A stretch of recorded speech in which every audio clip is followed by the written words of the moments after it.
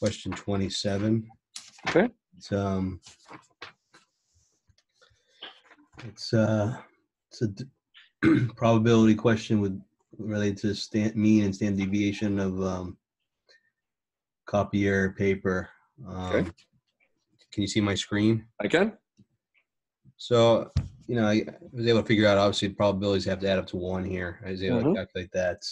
But don't really, and I know what the formula is for mean and standard deviation, but I don't really understand what, in terms of just this data here, how to calculate that. Okay. Or if saying here hundreds of reams is affecting these numbers here. So I'm just really stumped. Okay. So the way you would read this, let's assume you didn't have every order, or you didn't have, no, better yet, you work in clinical care, right? Yeah. Okay. So let's say you don't have the data for every patient who walks into, let's say, a hospital ER. Okay. Mm-hmm. But you do have some aggregate information.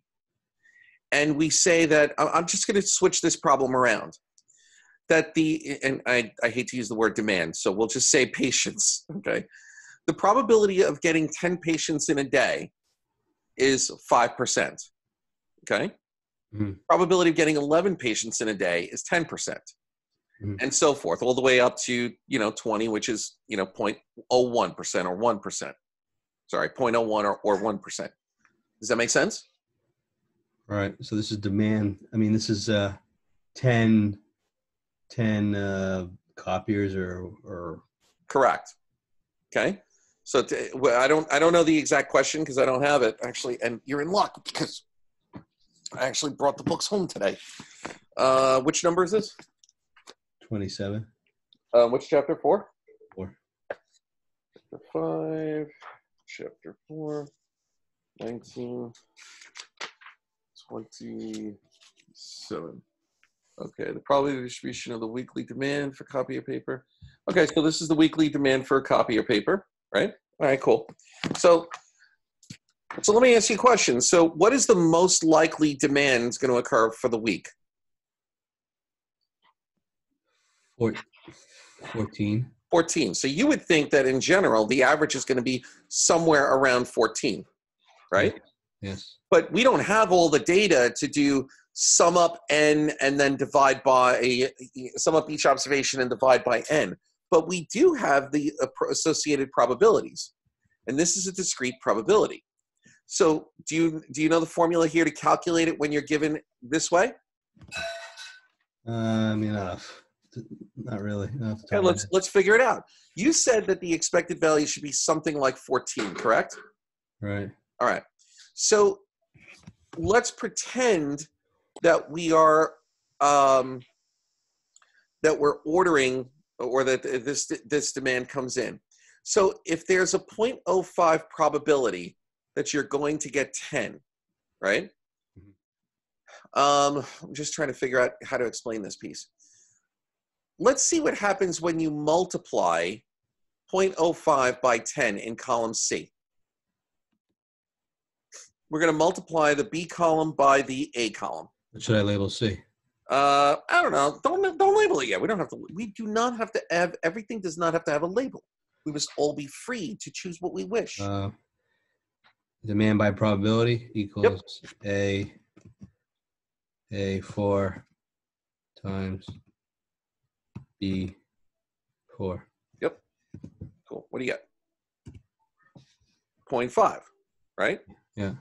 So, in general, right, you might get a 0.5 here in terms of overall demand.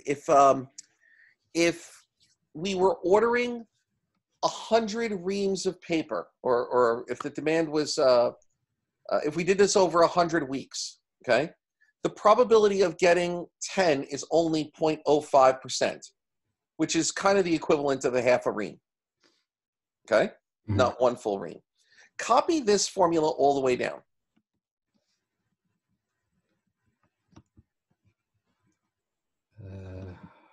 Double click. Try again. Double click there. Right on the square. Yeah. I think you're a little too far down. There you go. Okay. Now look at this, right? Let's add all of these up. What do you get? Add it up. So some C4. You need a parenthesis there, but yeah. Some C4 colon. Yep. C14. Yep. What'd you get? 13.81. If you're taking each week, right, the probability of getting 10 is a 0.05. The probability of getting 14 is a 0.21. Probability of getting 17 is 0.04. Because we're getting these all the time, right? We're trying to average them out. And so what happens is when you multiply the probability by the demand, you get a number. When you add all those numbers together, look what number you got. You got 13.81, right? Right. And what did you say the average was going to be? About? 14. About 14. Is your average here about 14? Yes. Okay, and so that's what that's doing. So you've now computed the expected value. The mean of is this the mean of the probability distribution? That's the mean of that distribution, correct. Well, that's actually the mean of the demand. Okay. Okay. They refer to it in the book as the mean of the distribution. It's not the probability distribution, it's the mean of the demand. Because remember, a probability distribution would be kind of like, it really should be between 0 and 1, but you can use them interchangeably for this. So I know what you're referring to. So now to find the mean. Now to find the standard deviation, right? Well, the mean is that is the mean. The mean is the average, obviously. So well, you already did it. That is the average. Remember, you said, I asked you, what was the average demand? Right? What's the most likely demand? Was 14, correct? Yeah. So your average that you computed is 13.81. So this is the average, okay, when you're only given probability assessments of a particular item. I see. And the standard deviation is that's a square root.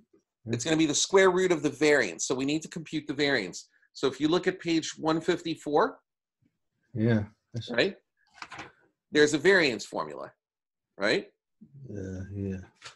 Which is going to be, I cannot see this book.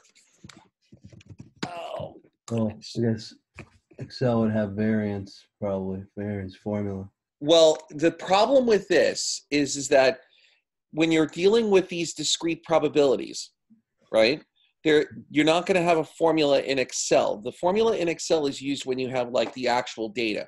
We don't have the full data. We only have the probability assessment that we're going to have a demand of 10 or a demand of 11 or a demand of 12. We don't actually have what was ordered. We only know the probability of what was ordered. Right. Okay? So we have our mean. So you see on 16 where you wrote sum? Yeah. Hold on one second.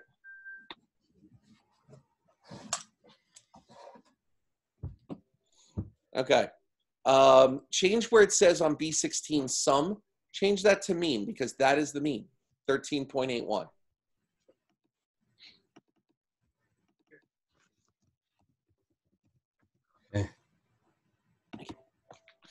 Okay, now we need to compute the variance. Now, what exactly is the variance? Variance is like weighted sum of square deviations from the mean.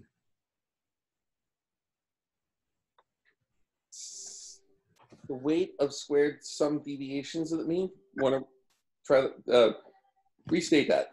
The variance is a weighted sum of the squared deviations of the possible values from the mean. So possible value, right, the deviation. Okay, good. All right, so now, do we see the formula that's there? Or do you see the formula that's on my PowerPoint? Yeah, I see the formula in the book. If you look on the PowerPoint that I have, do you have that with you? I have the book. There's conditional variance formula and Yes, you have that there, but I want you to go to the, if you can go to the PowerPoint. On the slide, I have the formula and an example so that you can see exactly what is being used. Oh.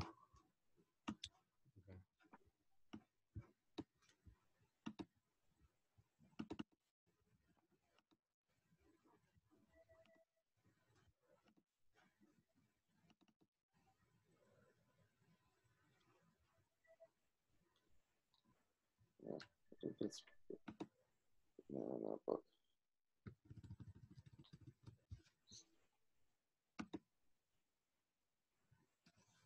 Shit.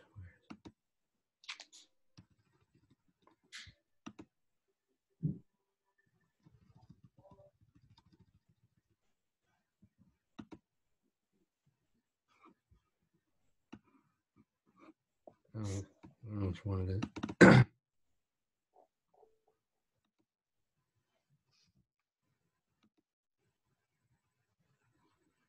I'm not sure which. Go to 4. I think that's going to be in 4.2. Go to the PowerPoint, not the video. Go to the PowerPoint, so 4.2.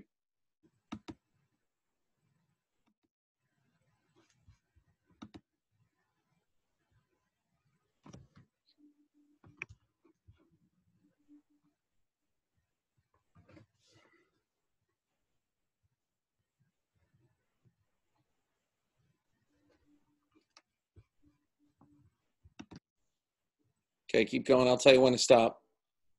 Cool. Keep going. Keep going.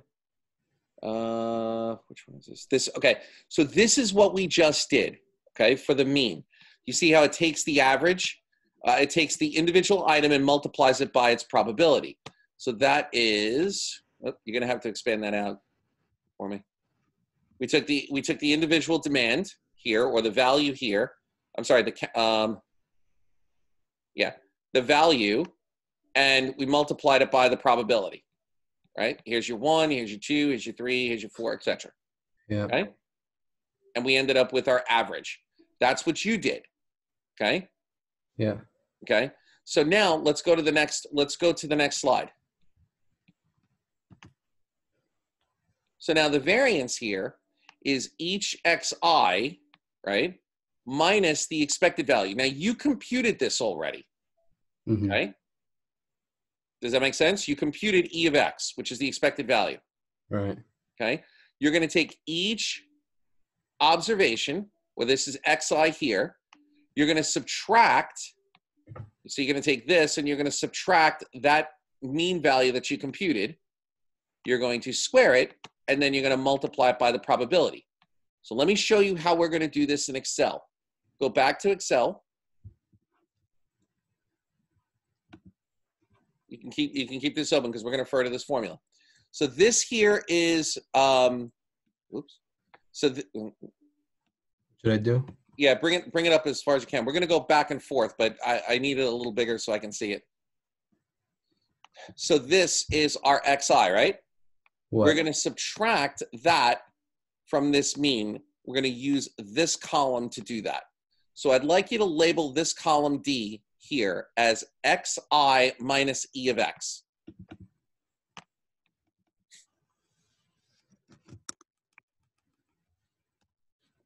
I. Yep, xi minus E of x. You could have made that a lower I if you wanted to, so it's a little smaller. There you go. Minus E of x. E parenthesis x, perfect. And remember, your E of x is this here, correct? Yeah. Okay, so let's put a formula here. This is your xi, and you're going to subtract E of x into this column. Mm-hmm. Go to D. Put the formula in. What's xi? B. Not B. A. It's the number. A. A4 minus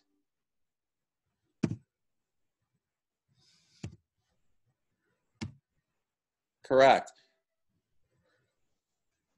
And enter. Yeah. Okay, now the problem is going to happen when you copy this. I want you to copy it. Go ahead. I want you to see what it does. All right. You hit double click on that little box thing. No, go back up to the first one. Double click on the box. Good. Okay. Now, the problem is these numbers don't look right, do they? No. So click on D5, I'm sorry. Look at what it's subtracting in the formula. Click there. See what happened?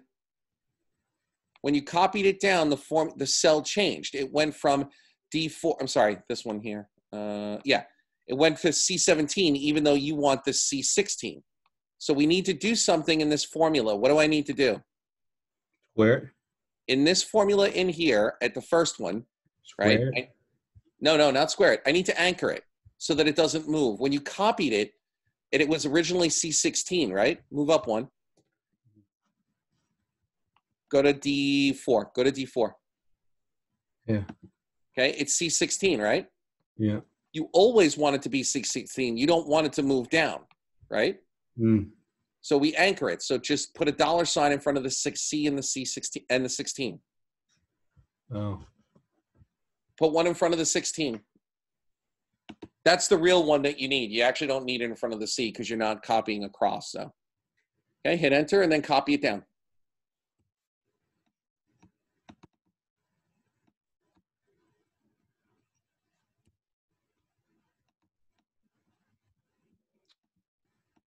Just double click on double click on the box. Yeah, double click that little box. That'll do too. Okay. Now you have the first part. Now what we want to do is in the next column, I want you to square it. So go to E, put a little heading there, and put you can put D to the power of 2. D, little caret 2.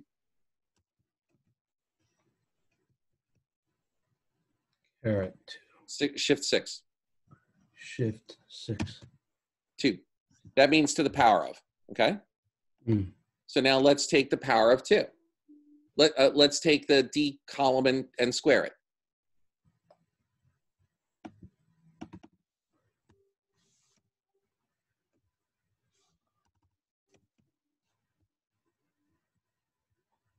Square it. Yeah, to the power of 2. So do a caret 2.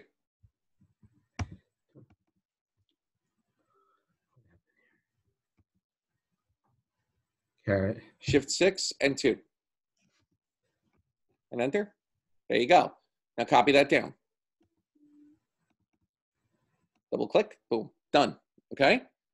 So now that gives you the first part. So look at your formula in the PowerPoint. And that is giving you this part right here. Oops. This part right here with the square. Does that make sense? Mm-hmm. Okay. So now all we need to do is take that number that we squared and multiply it by what is this?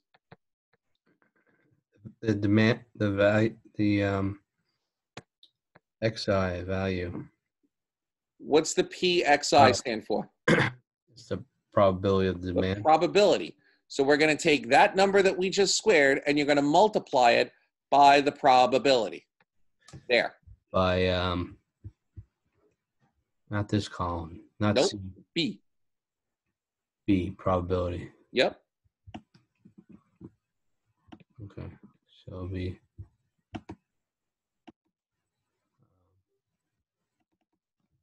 D.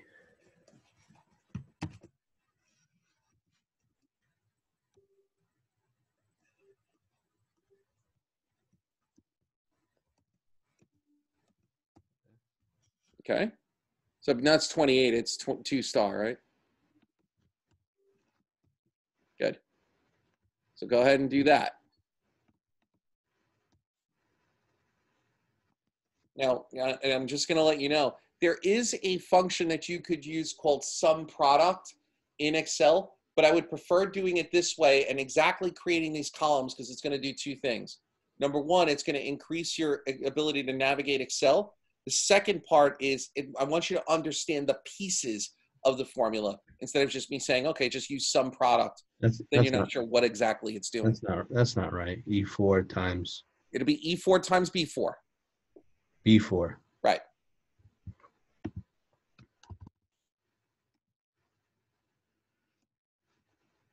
Go ahead, enter, and then copy that down. Just double click on that tiny little box there.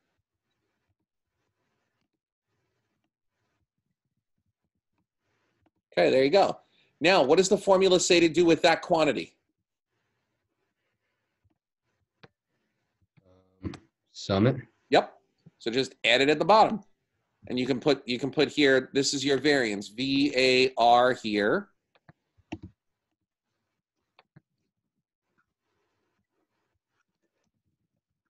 Let me get rid of that for you. Sum it.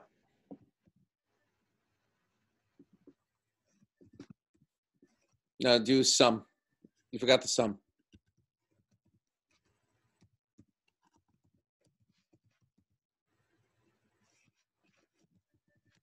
Good. Excellent. So that's your variance. Now, if you want your standard deviation, put it right underneath it.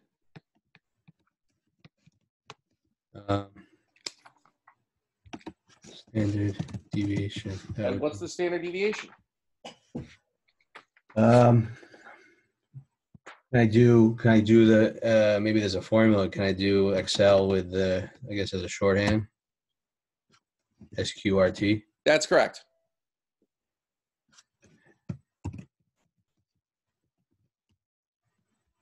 What was it? What'd you put in there? That can't be right. Not F4. F16. F16. Highway to the danger zone. Actually, it was an F14, but whatever. Little Tom Cruise there. I have the need for speed. There's your standard deviation. You're done. That wasn't easy.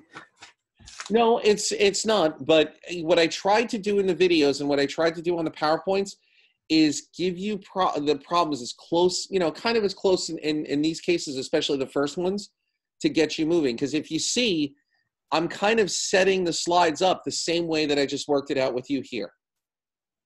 Right. That make sense? And then like standard deviation, then it's asking about one standard deviation, which is like, there's percentages between 1, 2, and 3 from the mean. Correct. So this is your one. This is one standard deviation. So 2 standard deviations would simply just multiply it by 2. 2. So this is inferring when you calculate standard deviation for the variance that this is one standard deviation. That's correct, and it's around the mean. So 1 standard deviation will be minus 1 standard deviation from the mean and plus 1 standard deviation from the mean. Okay. So let's take a look at this. So what is your mean? So it's plus or minus 2.15 from here. That's correct. And what would those two numbers be? I mean, you just got to add it and subtract it. There's no trick there. Just, go ahead. Yeah, you got this. Is there a formula or I just do it? Nope, there's no, well, there's technically, it is a formula. It's an addition and a subtraction, but. So, I guess C16 well. C16 minus F16. I'm sorry, C16 minus F18. Yeah, it's not a sum, so.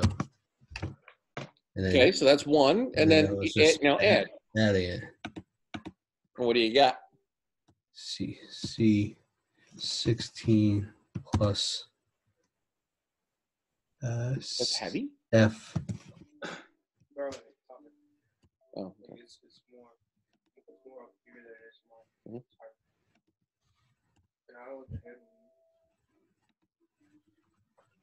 Okay. Okay. So now what you're going to do is it's asking what is the probability that it lies within 1 standard deviation, right? Uh-huh. So which numbers show me the demand, because these are demand numbers. You're looking for, what do you think you're looking for? Let me ask you first. The probability that it's a standard deviation. So what are those numbers 11 and 13? Well, actually, that's wrong. That 13 is wrong. You go back to G. 19 for 1 second. Uh-huh. You added the standard deviation to the 11. That's not F, or actually you added it to something else. F1. F 16. 18. Or 18, yeah.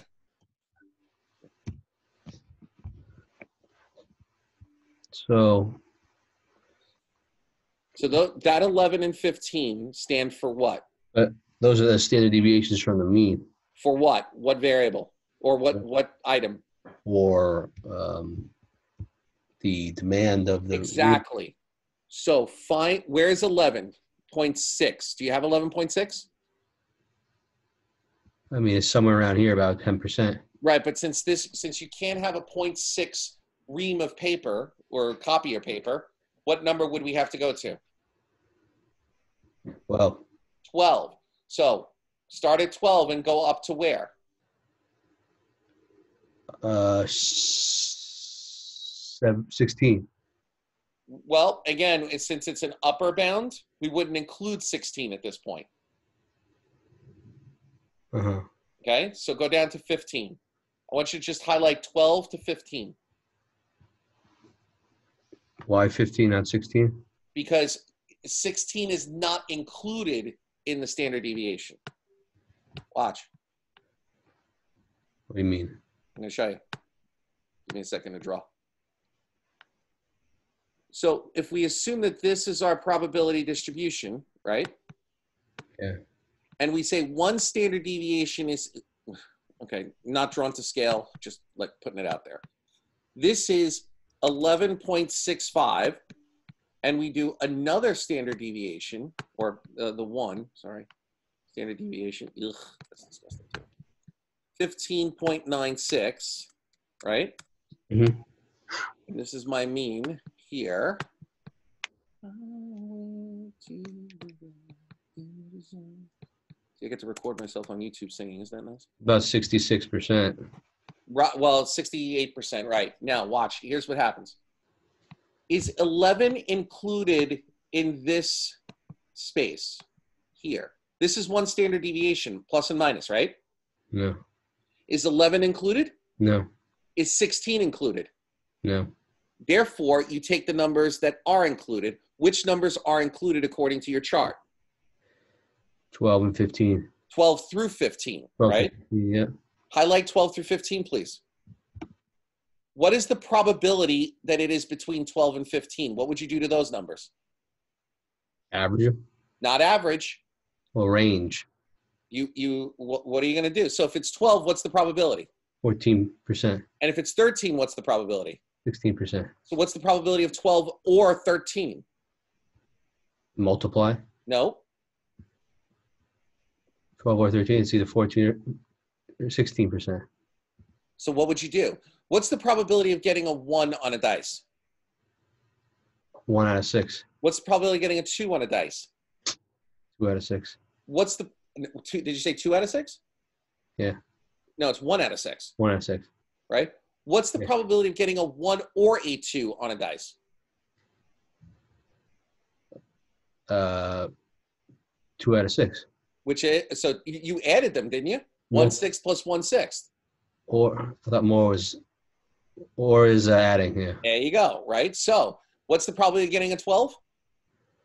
14%. What's the probability of getting 13? 16%. What's the probability of getting 12 or 13? 30%. Right. Okay, so what's the probability of getting 12, 13, 14, or 15? Just add them up. What do you got? I don't know.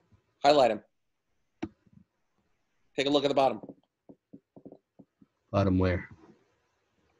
I gotta do a formula. Nope. Watch. Well, you technically you do, but look right here. Oh, what? Oh, it did it for me? Yeah. Oh, Still so does a lot of stuff for you. That's almost the, what's the 66% for one deviation, one standard deviation? 64%, yeah. Almost 68, right. Oh. Oh, and wow, magic. Does that make sense? Now it does. Yeah. Sorry to interrupt. I just have a quick question. Okay. Why wasn't 11 included in that? You see the chart that I have here that I drew 11.65 and 15.96? Yes. Okay, we're looking for, since that's my standard deviation, minus Okay. 1 and plus 1 from the mean, it Okay. must be included in there. Is 11 included in that range? No. Therefore, it lies outside of 1 standard deviation. So I have Okay. to go to the next one. And on the opposite side, is 16 included in that range?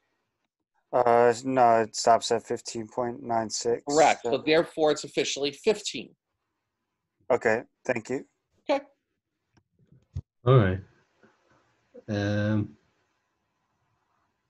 Thanks. Okay. Makes more sense. Cool. Okay.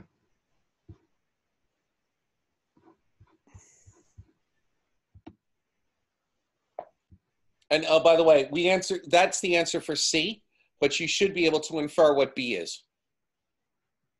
Okay? Okay. Thanks. Give it a shot. You don't have to pop off. I'll just take the next person and then I'll come back if you need help. Okay. All right. Cool. Having fun with math. All right. So, who is next on the list? Where's my list? Hold on. Don't let anybody I remember who this was. Was there actually Sandra? You are next on the list on WSTAT. You're here on this wonderful Friday night. Go ahead, caller. I'm listening. I actually try to finish the question 25. Okay. And I think I did something wrong. Can you just Okay. take a look at it? I think D Sure. is wrong, but Go I ahead. did. Go ahead. So let me just share my screen. Okay.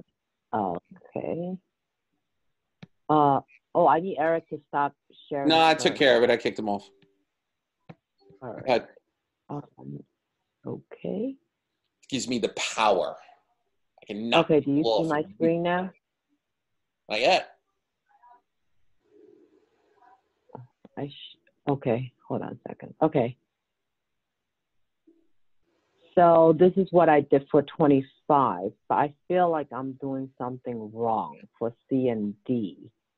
Okay, what is C? D, the question. Okay, first of all, I would move this up a little bit so that it lines up with your demand probability. Okay? Where? On C, I would move those up. Right there. Okay. Take those and move those up. 1. Okay. Okay, so now everything's lined up. Okay? So now your profit for Z is 0 on the first one, right? Yep. And the probability of getting a 0 profit is 5%. That makes sense, doesn't it? Based on the number demanded all the way to the left. Correct. Okay. So now if you have 1, the profit is 60, right? Correct. Okay, because you sold 1. All right, so we're cool with that. We've got our probabilities because everything lines up now, right? So we can easily just go across to the left and match them. And so now you have 120, 180 because we added, and then we have Correct. 240. 240 and then 300. And then Right. when they make 5, you timed it. But then they sold one special one, so you have to minus 20, so it becomes 280. Right. And when they special order for 2, you minus 40, so it's 260, and then correct. so forth. Yes. So that's what I did. So is this right? The profit? Yep. That's what right. I'm asking, right? Okay. That's correct. Now the only thing you need to do is to create your profit. What is the expected value? What are your unique values of profit? Is it it? No. So what I did Copy was those. Just copy those numbers. Okay. Next to the here. You could do that if you want. You could do it down below where you had it. It's fine. Oh, okay. Not those. So what I'm talking about copy L4 down to L12. L4 to. Yep, right there. And copy that down below where it says expected value. No, copy it. Don't cut it. That's where it is. Shoot, sorry. Doesn't matter. That's okay. I'll just. Yeah, undo and paste. Copy that. You're just trying to get more practice in Excel, right? Yes. There you go. See? Oh my God, what did I do? Oh, what you did, hold on. Control Z, undo twice. Undo again. Just undo. Undo, okay. Okay, now your numbers are fine. Now copy it and paste values because you have formulas in there. I take it, right? Oh, yeah, that's right. So copy it, What a copy the mess. whole I'm thing. so sorry. It's okay. Just give Copy me the whole 1 thing second. and copy and then paste values. No, you got to paste values. There you go. Click that. Now, what is the probability that you get a 0? 0.05. So let's type 0.05 there. Here? Yep. What's the probability you got 60? 0.05. Okay, what's the probability 120? 0.08. What's 180? This is magic, right? 0.16. Hmm? You want me to just copy down everything then? Oh, yeah, to a point. What's the probability of 240? 0.3. Is that And then all? 0.1. Hold on. Is that all? Is there any other 240 on your list? Yes. The So one you all have the way to on do the what to the? bottom here. So what do you do to those probabilities? Do I add them up? You add them up, correct? Because the probability of 240 in one case is 30%, and it's 5% in the other case, isn't it? 0.6. Point what? No. 6. No. Add your probabilities up. What's that probability? 0.3. And this is the other 240, isn't it? Oh, shoot. Yes. 0.35. There you go. And then do the other ones. Oh, okay. Okay. And 280 will be 0.1.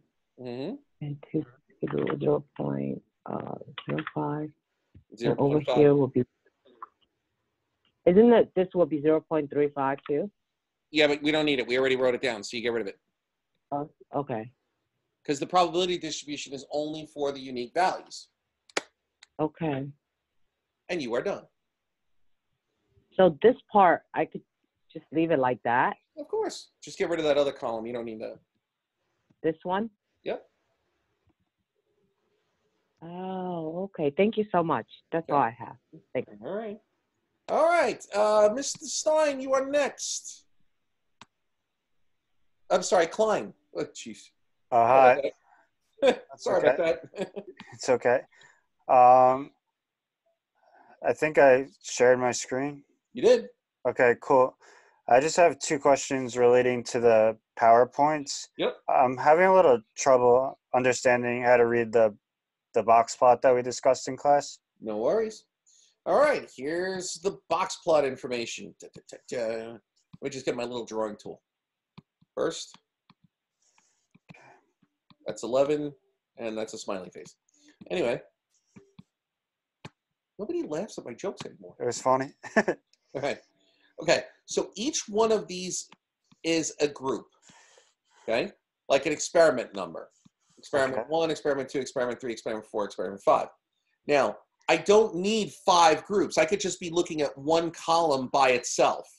But this is a sample box plot. When you see it this way, this means there are 5 groups. And it could be the baseball team, the football team, the basketball team, the lacrosse team, and golf team, whatever. Okay. Okay? So these are the individual groups. So, but reading each one of these, this is what's called the box and whisker plot, because these 2 sections constitute the box, and these 2 sections constitute the whiskers. Does that make sense? Yeah. Cool. So this is the first quartile, because everything from this box down is going to be the first quartile. Does that make sense? Yeah, so I'm just looking at the first experiment, not 2 through 5, correct? That's correct. Looking at That's each one correct. individually? Okay. Right, because the first quartile of experiment 1 is the red line that I drew. Okay. And the first quartile of the second experiment is this green line that I drew. And the third experiment, first quartile barely exists, right? Yeah, very small. Very small, correct. Okay. So if these are all the first quartiles, that would make this what? The second? The second quartile, right? This is Yeah. rocket science, right? Told you Good there's guess. no magic, right? Mhm. So this thick line, therefore, must be the what? The mean, The median, okay? median, sorry. No, Mhm. that's okay, because it's the second quartile and the first quartile. Everything below that would be 50% of the data. Does that make sense? Okay. Yes. So this is the median. So that thick line is the median. Now we go to the next one, and we go from the median up, which would be the what? The third The third quartile. quartile. And from this line to here would be what? The fourth quartile. Correct. And we would, basically what we would do is we would say this number here, because this is the number in which 25% falls below, is the first quartile number. Okay. This is the second quartile number because it's the median. This Mhm. is the third quartile number. Again, everything below that to the median is the third quartile. And this is your fourth quartile, or your max, which goes to this. Does that make sense? Yeah, I just have a question. So why is the first quartile and the fourth quartile have whiskers and the other ones have boxes? Is that just the way it's read, or there's a meaning behind it? Well, the big meaning is this one, is that when you get to this here, that's the interquartile range. Okay. That's how they're separated. Got it. Because it means 50% of the data falls within that center section. That makes sense. Okay? And finally, the other thing that's important is these little dots. And these little dots are outliers. So that's just like bad samples almost? It is not necessarily bad samples. It is observations that are outside of the norm. Okay? In other words, they could be an error. They could be a bad reading. They could be an anomaly of some sort, but it's out of the norm. Okay? Okay. But it doesn't necessarily, one thing, I'll say it this way, and I'm going to add this. We don't really want to say anything is bad. We're not going to qualify it, okay? We're just going to say it exists, and it exists outside of a normal range. And what could cause that? That could be caused by an error in data, a typo. Someone writes 1 billion instead of 1 million, right? It could be a bad reading for a sensor, at one point, because those happen.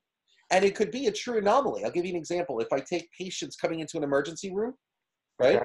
And you get a steady number of patients, normal day and all that other stuff, and boom, you get a terrorist attack, as an example, your ER is going to be flooded. That's an outlier. That makes sense. It disrupt the data almost. Correct. It doesn't mean that it's bad in the sense that the number is bad. The obviously outcome is. But it doesn't mean that the number is bad. It means that it is out of the norm. Okay, that makes sense. Okay. Yes, and then I just had one more quick question with the scatter plot in the next slide. Yep. I know you discussed it in class, but I was still having some difficulty understanding the middle. Why the points are more towards the sides and the middle. That's just the nature of this particular data set. Okay. Okay. There's nothing specific to scatter plots in general. All it's doing is plotting an X and a Y coordinate for each one of these dots. Okay. Okay. But in this particular chart, my point of this slide was sometimes scatter plots will provide two things. It'll, number one, give you a general trend, which is what you'll learn later as the correlation, okay? Because these two are positively correlated. You'll see a general relationship between the variables. And in other cases, you might actually find gaps, in which case you have like one group here or one cluster there and one cluster here. And that in itself is interesting. So what does that say per se? Like, it means that there's something happening that would cause the data to clump in this section or to clump in this section. Okay, that makes sense. Okay, but you don't have enough data with just these two variables to figure that out. Okay. Okay. Yep, that's all my questions. Okay, we're going. Thank you. No problem. John, you are the next caller. Hey, so I'm just here to just kind of hang out and see what's going on. This is my first time going to a class like this for the online, so I'm just kind of here to see what's going on. No worries. Right. Thank you for calling, caller. No problem. Okay, Eric. Eric Friedman. Again, any questions? Or you're okay? Yeah, I got a question. I'm trying to get back to my You on my screen? Not yet.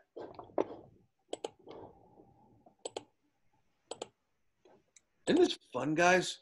Statistics on a Friday night. Come on, this is awesome. It's great. Eric's like, yeah, I'm gonna really hurt you later. So go out. I got a few holes in the wall.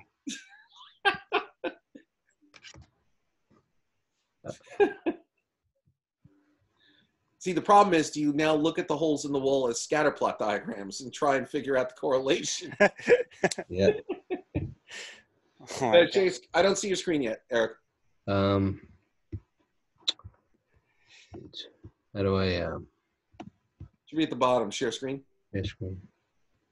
and then the full screen. Oh. Okay. There we go.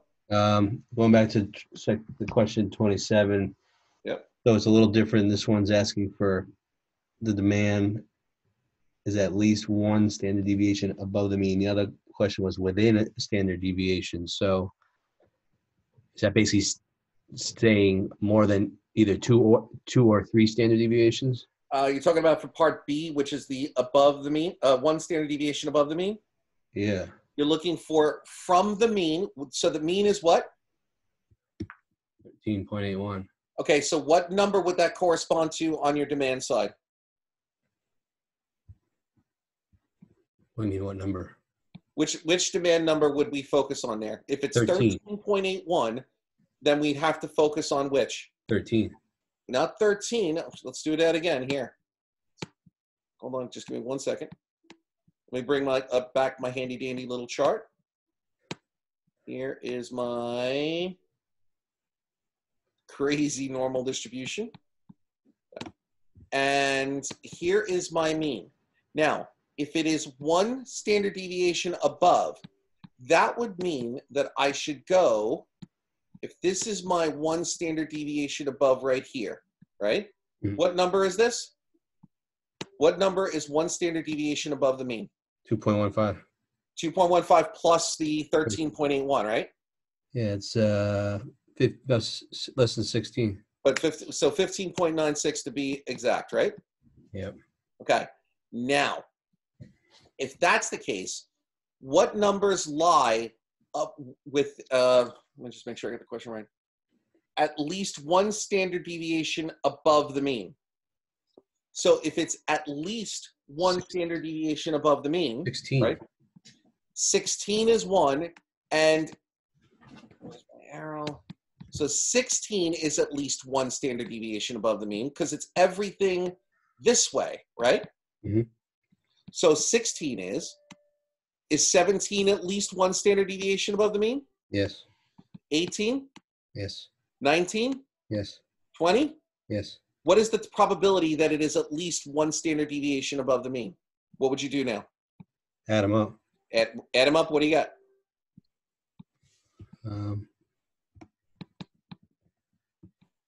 0.21. That is your answer. There is a 21% chance that you will be at least one standard deviation above the mean. I see. It's not asking. I thought it was asking like for two. Nope. If it's not one, is it two or three standard deviations?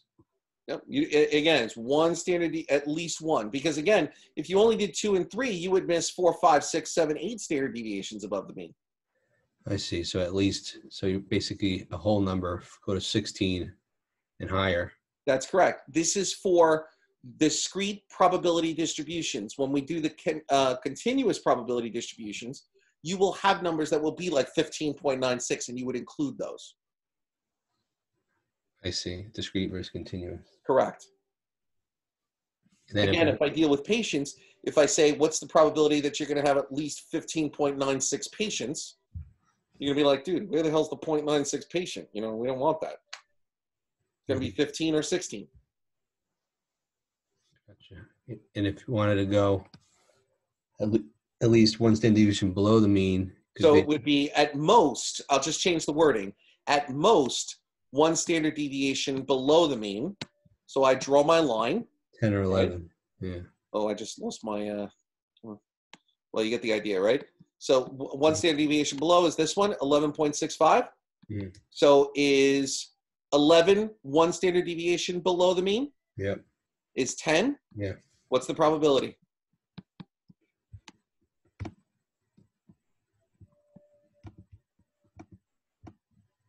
15%. That's correct.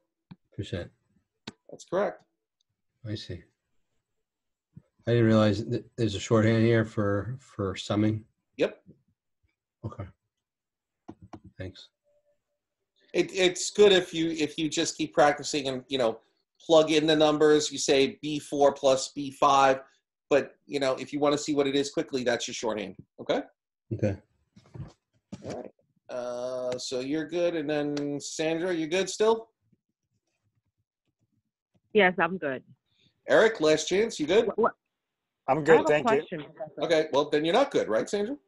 No, not the question related to homework. Okay. Actually, I have a question related on the test. So Okay. what happened is that when I was doing the practice, like the test after each chapter, there's also practice problems. So I want to know for our exams, is the problem going to be on there too? No, you're talking about the short answers. Yes, there's a short No. answer and there's a section where it says you do the problems.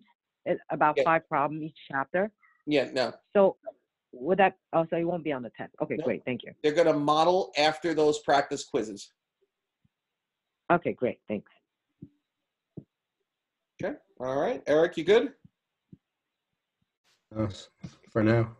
Yeah, both other Eric's good, thanks. Both Erics are good. Sean, you good?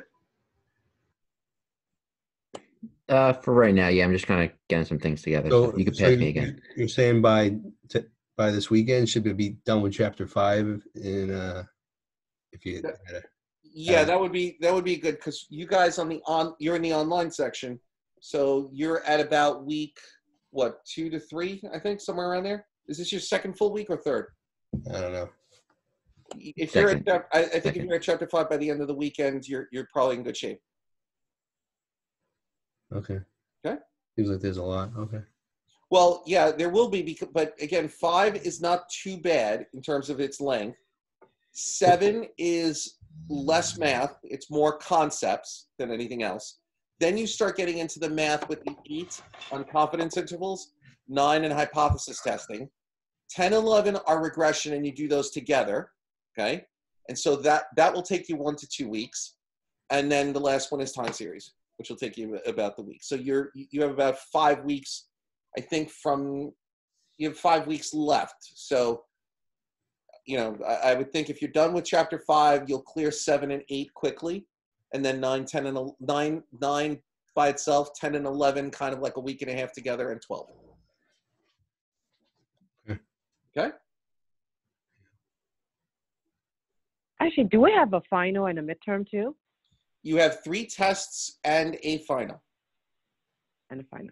Okay, Right. thank But you. just remember, each test is basically similar to the quizzes.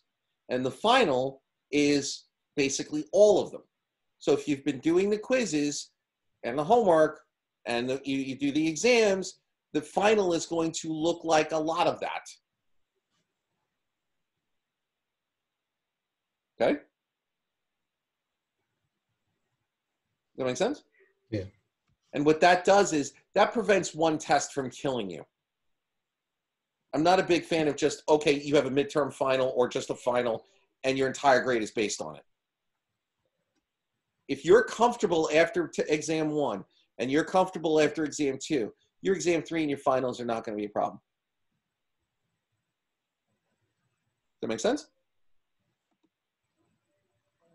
Mm-hmm. All right. All right, then. If there's no other questions, you have a great night. I'm signing off on WSTAT.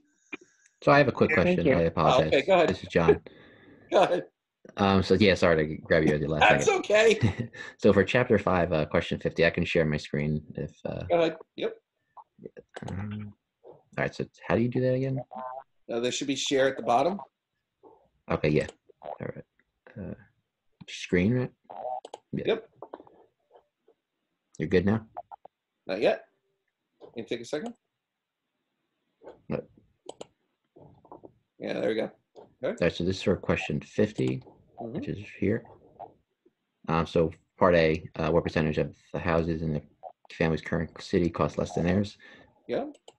So is it the normal distribution and plug in the numbers? Well, let's see. What'd you get, right? Yes. So this is the answers here, A and B. Okay. And what did the question ask again? The percentage What of houses. percentage of houses in the family's current city cost less than theirs? How much did theirs cost? 110. 110. What's the median house value? 105. So anything less than 105 would be about what percent? I think less than 105, about 5%. Nope. If So that's the mean, what percentage of the data? 68. Nope, not 68. Hold on. Let me get my handy dandy little chart. There you go. Love chart.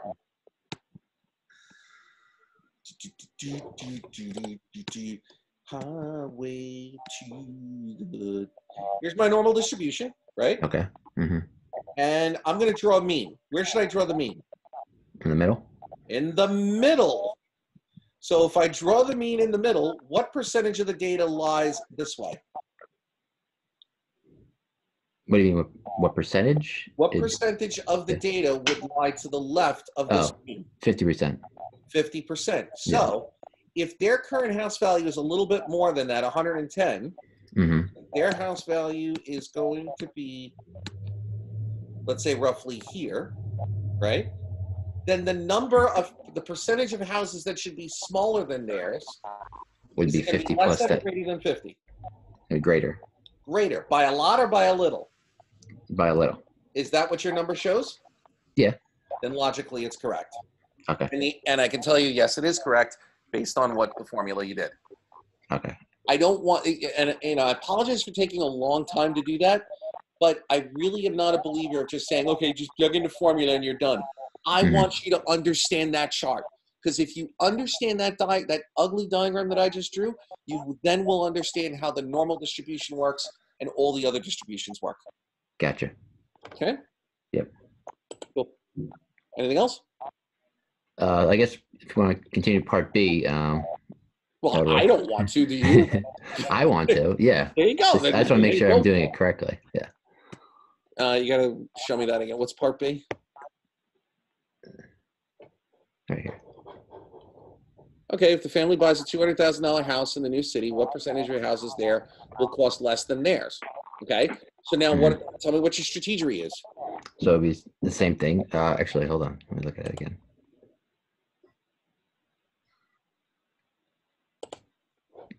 In their new city, so the mean's 235. That would be in the middle. There's a little less than 235, 200. So theirs would be a little less than that. So it should be less than 50%, obviously. So it's about, that seems about right. About 12%. E5, E3, standard deviation is 30. The new house is 200. Yeah, that could be right. Okay. I have to look up the exact answer, but it looks right. Okay. And then for part C, I know I was speaking. Actually, you know what? Go back. Go back because I want to do something else. Sorry. Sure. No, it's okay. Watch. I'm going to draw my handy dandy little chart. Okay. Only because I get to.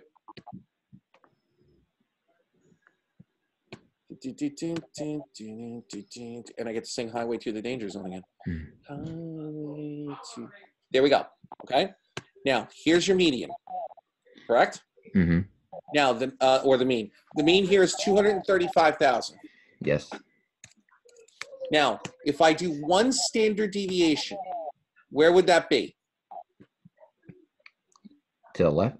To the left. What number would it be? 68%. What actual number would it be? 30,000.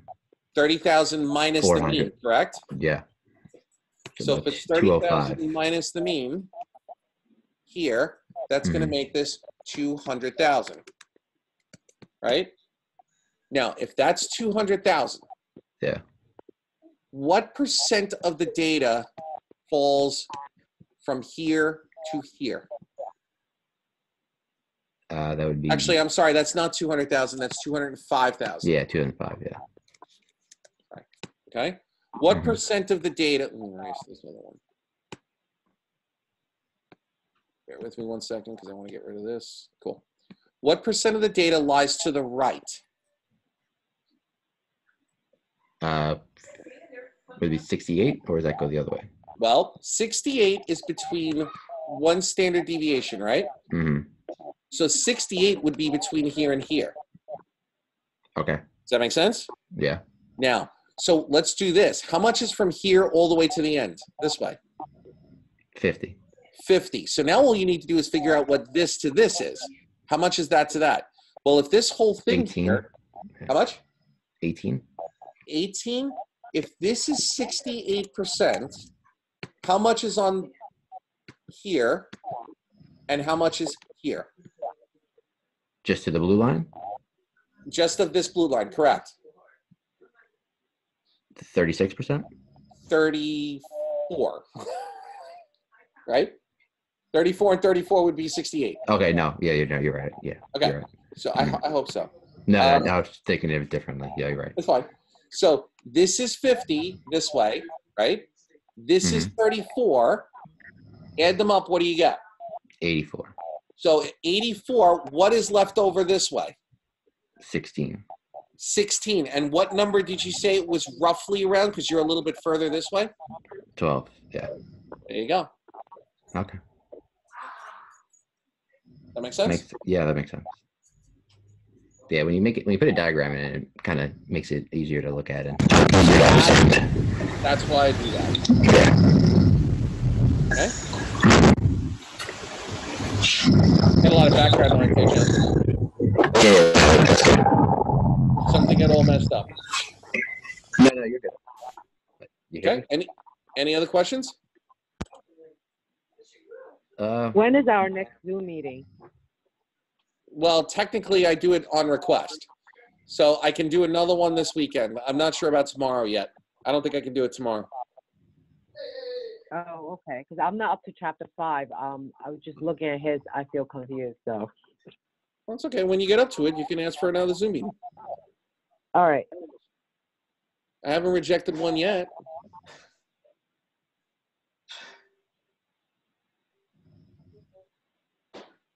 So, John, you okay? Yeah, I'm good. All right. Sandra, you okay? Yes, I'm good. Eric Klein, you good? Yes, thank you. Awesome. Have a great night, everybody. You too.